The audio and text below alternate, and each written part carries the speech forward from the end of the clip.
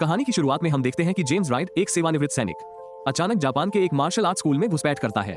उसका लक्ष्य अपने पुराने दुश्मन को ढूंढना है, लेकिन शुरुआत से ही चीजें गड़बड़ा जाती है। वो जिस आदमी की तलाश में है वो स्कूल के वर्तमान मास्टर के पिता है। इस मार्शल आर्ट स्कूल के मास्टर एक सम्मानित व्यक्ति है जो अपने परिवार के सम्मान को ठेस पहुंचाने वाली कोई भी बात बर्दाश्त नहीं कर सकते।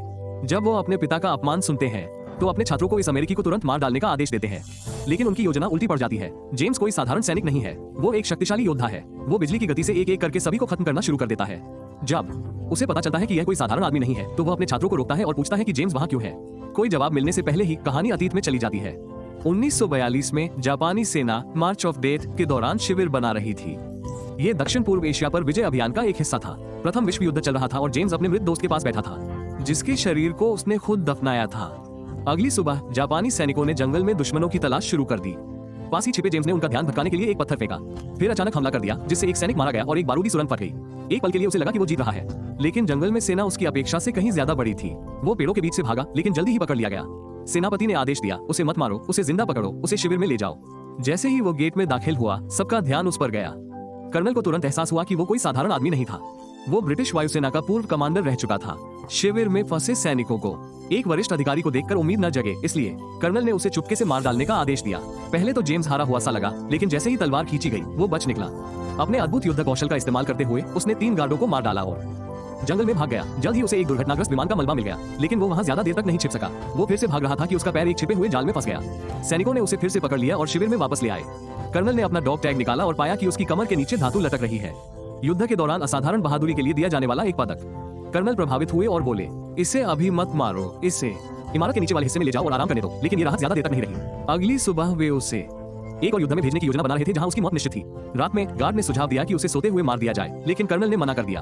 वह चाहता था कि पूरा कैंप उसके आदेशों की अवहेलना के परिणामों को देखे। जेम्स को एक छोटी सी कोठरी में बंद कर दिया गया जहां उसकी मुलाकात दूसरे कैदियों से हुई, जिनमें से ज्यादातर अमेरिकी थे। उनमें से एक ने अपना परिचय गैब्रियल के रूप में दिया। उसने पूछा कि क्या ब्रिटिश सेना उन्हें बचाने आएगी, लेकिन जेम्स चुप रहा। उसने सुना था कि वियतनामी कैदियों को पहले भी यहाँ रखा गया था, लेकिन मदद पहुंचने से पहले ही वे सभी मारे गए थे। जेम्स को याद आया कि जब उसका दस्ता आया था तो दुश्मन की भारी गोलाबारी के कारण उनका विमान दुर्घटनाग्रस्त हो गया था, लेकिन वो बच गया था। कुछ समय बाद जेम्स ने बताया कि उस इलाके में तैनात सभी पायलट मारे गए हैं, यानी बचाव असंभव था। इस जापानी जेल के नियम कानून बेहद सख्त थे, फिर भी उसने आसानी से हार न मानने की ठान ली थी। उसने एक और भागने की कोशिश करने का फैसला किया, लेकिन दूसरे कैदियों ने उसे इसके बारे में सोचने तक की मनाही कर दी। ये कैंप एक द्वीप पर बना था। हर जगह निगरानी के लिए टावर और पहरेदार थे। जो भी भागने की कोशिश करता पकड़ा जाता। ये कैंप सबसे ताकतवर और खतरनाक कैदियों को तोड़ने के लिए बनाया गया था। उन सभी को कैंप की दीवारें मजबूत करने के लिए काम करने के लिए मजबूर किया गया था। थोड़ा आगे एक और कैंप था जिसे मार्च ऑफ डेथ कहा जाता था। वहां से कोई कभी वापस नहीं लौटा था। किसी को नहीं पता था कि अंदर क्या हुआ था। अगली सुबह परिसर के अंदर चीख पुकार से शुरू हुई। सभी सैनिक प्रशिक्षण और सख्त क्रम में थे। हवा जूतों और अनुशासन की आवाज से गूंज रही थी। सजा का समय आ गया था। सैनिकों ने जेम्स के हाथ बांध दिए और उसे मैदान के बीचों बीच ले गए, लेकिन इससे पहले कि वो सबकी नजरों में आता, कमांडर ने रस्सियां काटने का आदेश दिया और उसे बाहर निकाल दिया। दरअसल कमांडर जेम्स को किसी और गंभीर घटना के लिए बचा रहा था। असली नाटक अभी शुरू नहीं हुआ था। चुराकर अपने बिस्तर के नीचे छिपाने की सजा मिलने वाली थी। राशन से खाना। उनकी सजा मौत नहीं थी, बल्कि उन्हें कैंप के सबसे खतरनाक लड़ाके का सामना करना था। कैंप का सबसे ताकतवर लड़ाका भयानक लग रहा था। उसका शरीर किसी मशीन की तरह बना हुआ था। उसके घूंसे इतने तेज और ताकतवर थे कि सबसे मजबूत कैदी भी डर के मारे पीछे हट जाते थे। ये दृश्य सबको जापानी सेना से चोरी करने के अंजाम की याद दिलाने के लिए था। लड़ाई के बाद सबको उम्मीद थी कि अगला मरण जेम्स के हाथ में होगा। किसी को यकीन नहीं था कि जेम्स के इतने क्रूर लड़ाके के सामने बचने की कोई उम्मीद है, लेकिन कुछ ही सेकंड में जेम्स ने उस विशालकाय और खतरनाक लड़ाके को सिर्फ 2 वार में ही ढेर कर दिया। कर्नल ने कुछ नहीं कहा। वो चुपचाप अपने तंबू की तरफ चला गया। अंदर एक सिपाही ने उससे कहा कि जेम्स को जिंदा नहीं रखना चाहिए। उसने कहा कि जेम्स जैसे आदमी को उसकी आखिरी सांस तक यातना दी जानी चाहिए, लेकिन कर्नल के विचार अलग थे। उसकी आंखों में जेम्स की ताकत के लिए सम्मान की झलक थी। फिर भी उसने वादा किया कि जेम्स का समय जल्द ही आएगा। बाद में जेम्स की मुलाकात कैप्टन कॉलिंस से हुई। कॉलिंस उसकी युद्ध शैली से प्रभावित हुए और सभी जश्न में पीने लगे। दाढ़ी वाले कैदी ने अपनी शराब निकाली, इतनी तीखी कि उसका गला जलने लगा। लेकिन माहौल हल्का होने से पहले ही जापानी सैनिक आ पहुंचे। उन्होंने जेम्स को कर्नल के तंबू में बुलाया।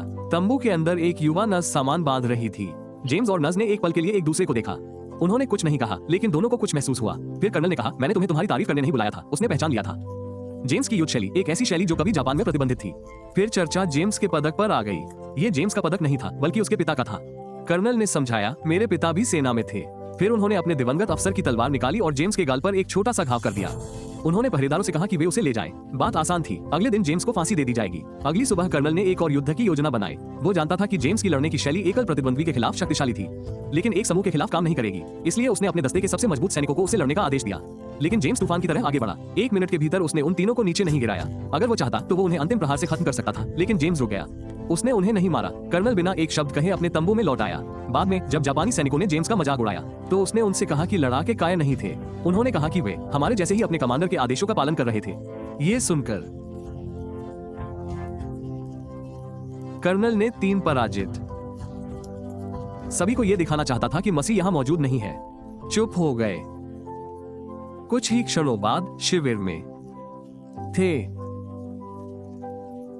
गैब्रियल और कॉलिंस के घाव बिगड़ते जा रहे को संकेत भेज सकता था। किनारे पर मौजूद ब्रिटिश सेना वे उन्हें बचाने आ जाते, इसलिए योजना बनाई गई कि अगली कार्य शिफ्ट में कैदी हंगामा मचाएंगे। चीख पुकार मच गई। सभी पहरेदार शोर की ओर दौड़े। टावर पर तैनात पहरेदार भी नीचे आ गया। जेम्स टावर की ओर दौड़ा और ऊपर चढ़ गया। उसने रेडियो पकड़ा और रेत की बोरियों के पीछे छिप गया। जैसे ही उसने जाने की कोशिश की, नज ने उसे देख लिया। कुछ ही देर बाद पहरेदार ने नज को परेशान करना शुरू कर दिया। नज ने उसे ये कहते हुए मना कर दिया, मुझे यह नहीं चाहिए। उसने उसे जोर से थप्पड़ मारा, लेकिन कड़ी पूछताछ के बाद भी उसने जेम्स के बारे में कुछ भी बताने से इनकार कर दिया। वापस शयन कक्ष में जेम्स ने रेडियो पर हाथ मारा। सभी ने संकेत न भेजने का फैसला किया। उन्हें बस सुनने की जरूरत थी। शायद उन्हें कोई ब्रिटिश या अमेरिकी प्रसारण मिल जाए, लेकिन सुबह का खतरा मंडरा रहा था। कर्नल ने आपातकालीन बैठक बुलाई। वो जानना चाहता था कि किसने भागने की कोशिश की थी। जेम्स ने उस रात एक कैदी को बेहद घबराया हुआ देखा और उससे धीरे से बात की। कैदी ने उसे बताया कि सीमा के किनारे एक छोटा सा छेद है। मैंने वहाँ एक गुप्त छेद बनाया है। मैं धीरे धीरे इसे बड़ा कर रहा हूँ ताकि मैं भाग सकूं। जेम्स ने भागने का फैसला किया। उस रात उसने अपने बिस्तर को इस तरह से सजाया जैसे कोई चेहरा धके सो रहा हो और चुपचाप वहाँ से चला गया। दाढ़ी वाले सिपाही ने भी उसकी मदद की। कई महीनों बाद आखिरकार वो कैंप की सीमा से बाहर निकला।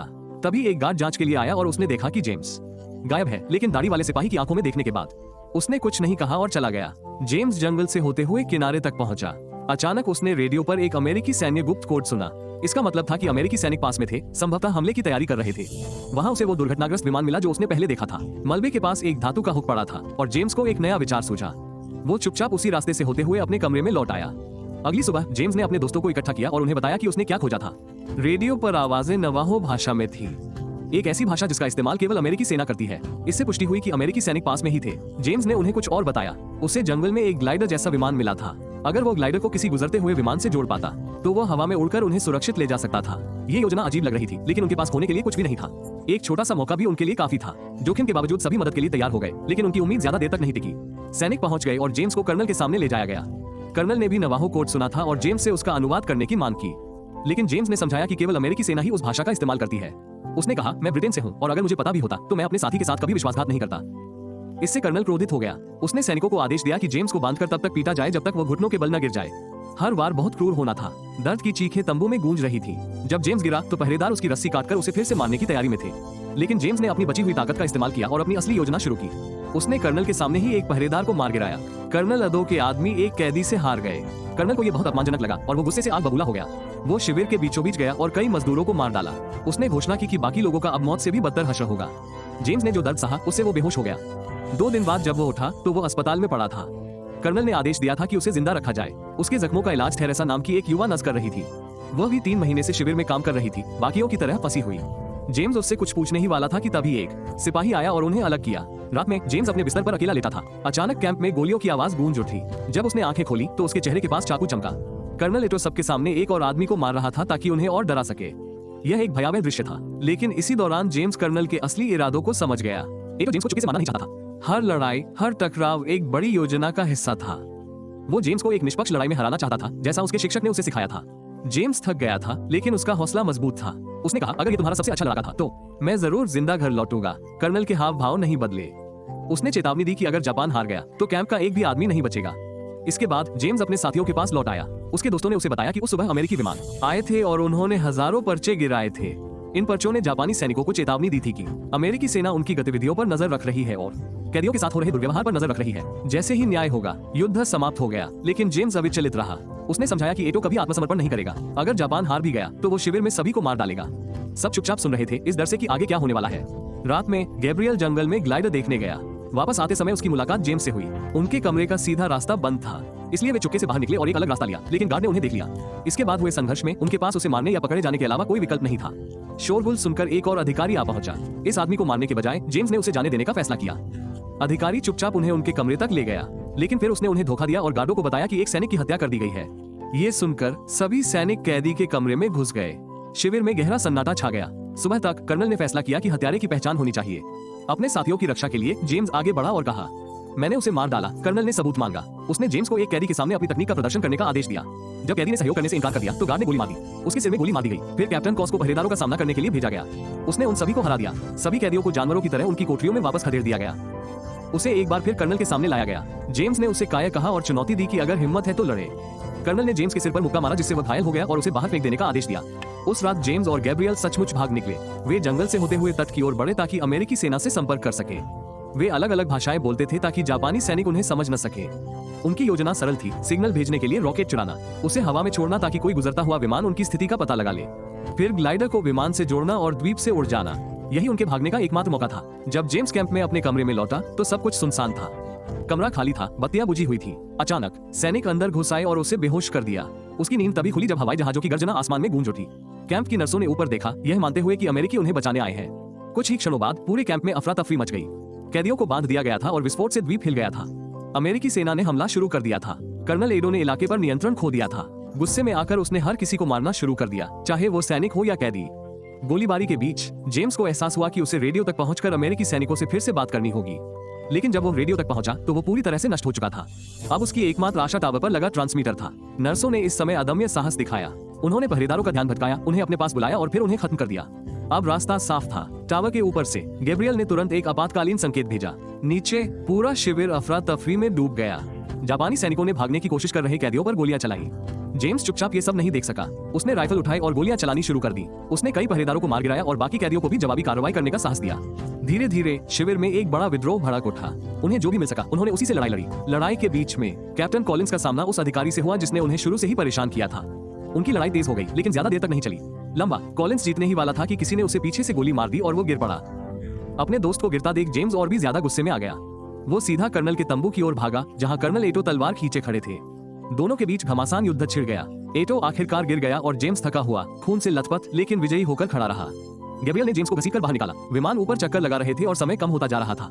वे दोनों भागने लगे। एक सैनिक ने उन्हें पीठ में गोली मारने के लिए अपनी राइफल उठाई, लेकिन कर्नल एटो ने अपनी तलवार से सैनिक की बंदूक को एक तरफ धकेल दिया, जिससे वे बच निकले।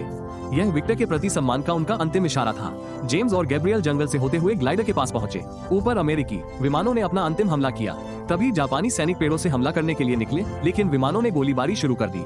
सभी जापानी सैनिक तुरंत नीचे गिर गए। अच्छे और बुरे दोनों चले गए। धुएं और अफरा तफरी के बीच जेम्स ने रस्सी उठाई और उसे ग्लाइडर से जोड़ दिया। एक अमेरिकी विमान वहां से गुजरा, रस्सी को पकड़ा और ग्लाइडर को आकाश में उठा लिया। द्वीप धीरे धीरे धुंधलाता गया। उनके पीछे दोनों ने एक दिन वापस लौटने और दूसरों को बचाने की कसम खाए। वर्षों बाद वो कसम जेम्स को जापान के एक छोटे से मार्शल आर्ट स्कूल में ले गई। वो उस व्यक्ति को खोजने आया था जिसने कर्नल एटो को प्रशिक्षित किया था। नए गुरु ने अपने छात्रों को विदा किया और जेम्स की बात ध्यान से सुनी। गुरु ने बताया कि उसके पिता और पुराने गुरु का 1 साल पहले निधन हो गया था। मरने से पहले उन्होंने भविष्यवाणी की थी कि एक दिन एक विदेशी आएगा, एक ऐसा व्यक्ति जो उन तकनीकों से लड़ेगा जो बहुत पहले प्रतिबंधित कर दी गई थी। गुरु ने जेम्स से अपनी तकनीक का प्रदर्शन करने को कहा।